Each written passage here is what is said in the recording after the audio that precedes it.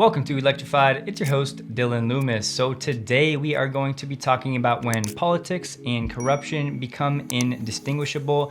As you can see, Teslarati tweets, Tesla Model Y taxi fleet successfully blocked by New York Commission, and to which Elon responded with 2 question marks. This one is really something, but to understand what's going on here, you need to know the New York City Taxi and Limousine Commission, the NYC TLC, is an agency of the New York City government that licenses and regulates the medallion taxis and for-hire vehicle industries. Okay, a little bit more on the NYC TLC. This agency has licensed more than 100,000 vehicles as well as over 1,000 for-hire vehicle bases according to 2016, so now these figures are probably even higher, and I interpret vehicle bases to mean companies, not just 1,000 individual vehicles. But their responsibilities include protecting public safety and consumer rights, issuing and regulating licenses, setting and enforcing the fare rate in taxis, limiting taxi lease rates, and overseeing the sale of taxi medallions. Okay, remember as much of that as you can. So the 2 players in the ring, we have the NYC TLC, a branch of the New York government, and Revel, which is known as an electric scooter startup,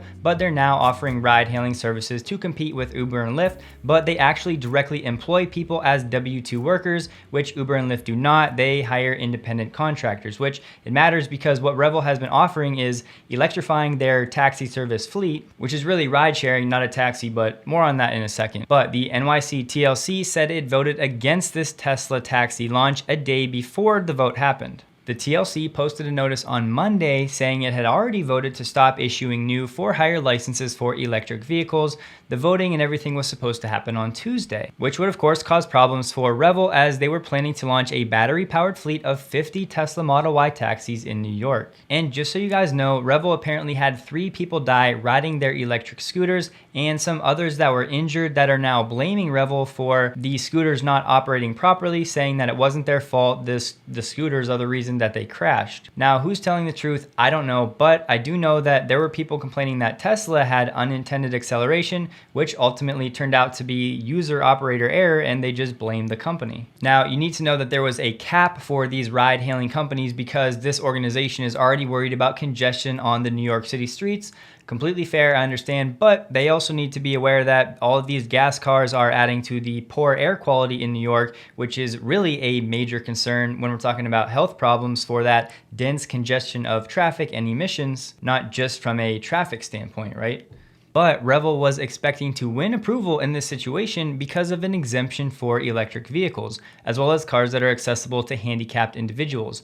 But the TLC later said it was pondering the elimination of this EV exemption, citing traffic concerns and congestion. And in that notice on Monday, the TLC said that the rule was adopted by the commission at the June 22nd meeting Tuesday. So they said the rule was adopted on Monday, something that wasn't supposed to happen until Tuesday. And the TLC spokesperson Alan Fromberg is blaming the concerns about the baffling use of past tense to describe a future vote as a red herring. A red herring is just something that is intended to mislead. But here's where things get interesting. There are only 400 EVs out of the 97,000 for-hire cars on New York City streets. And yes, the overall number of for-hire vehicles on the streets has decreased by about 15,000 over the last few years, and this has apparently led to people not being able to find rides. I can't attest to if this is true. I don't live in New York. Maybe one of you out there who does can let us know what the real situation is, but it's important. And to add to the confusion, just last week in an interview, TLC chair Aloisi Jarmozic insisted the agency would not bar Revel or any other company entering the rideshare market. In the face of an unfavorable ruling, Revel could still launch its EV service if it purchased 50 gas vehicles,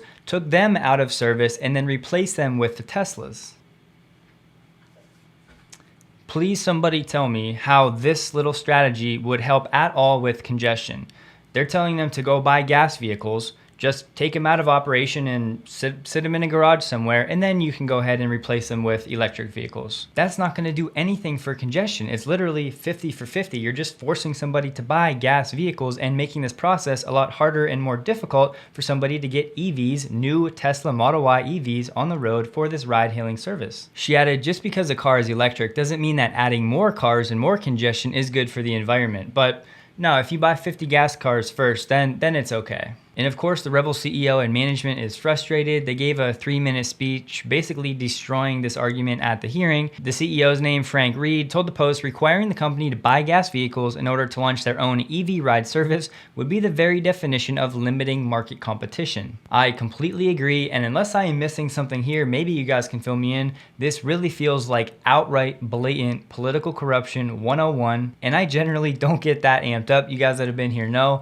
but honestly, I cannot stand corruption. And even if it's not corruption, things or rulings that don't make any logical sense. Like, we clearly need to move toward electric vehicles. We clearly need competition for the market. We need better and newer services to continue progressing. And your best argument is avoiding congestion when you already have hundreds of thousands of cars on the road. Well, no, this 50 more EVs is going to be a big problem for congestion. You know, we can't do this. But go ahead and buy 50 gas cars and then you're good.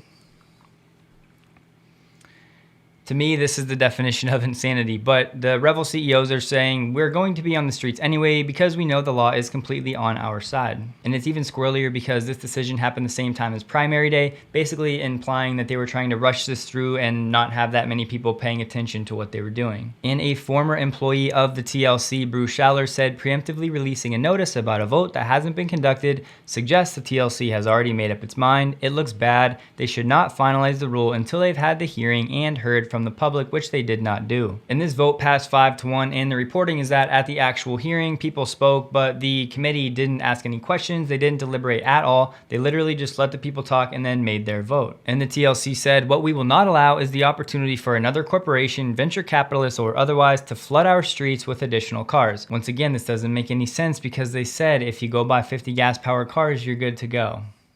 And as mentioned, Revel is literally giving the commission what they say they are out for, and that's offering fair treatment and stable pay for drivers who are all W-2 employees with benefits and a plan to drive EV adoption in the city. And this is Revel's website. As you can see, their Model Y fleet, they have actually removed the passenger seat up front to give the back more legroom. I believe they have a screen back here that you can operate as you're riding. So this would be a really nice, clean service for the city that I think a lot of people would enjoy. So remember, that exemption for EVs was there, but then the TLC starts saying, oh, you know what, maybe we don't want this exemption because we're worried about congestion. And the TLC slow walked our applications. This is Reed, the Revel CEO, speaking.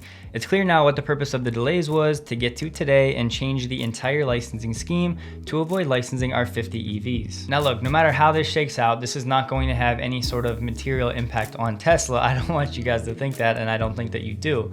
But any opportunity I get to expose corruption or stupidity or whatever you want to call this situation, I'm going to take it. And even Elon is out here scratching his head wondering what's going on. So I don't know, let me know what you guys think below. Is this corruption? Am I missing something? Are they in the right? You know, I would love to hear what you guys think about this baffling situation. But two last things real quick. Apparently the government has made it official that battery electric vehicles are cheaper to own and maintain than their gas powered counterparts, saying the estimated maintenance cost for a light duty BEV is 6.1 cents per mile, while a conventional ICE car totals 10.1 cents per mile. I'll link the article below if you want to go ahead and read the full thing, but I think most of us at this point know that electric vehicles are cheaper to maintain, but now the government has made it official, so however much weight you place in that, there you go. And the last thing today, Tesla is finally having a very nice day, up 4.3% to $650 per share. But that is all for today. Please take a second to like the video if you did. I hope you guys have a great day, and a big thank you to everybody on the next screen.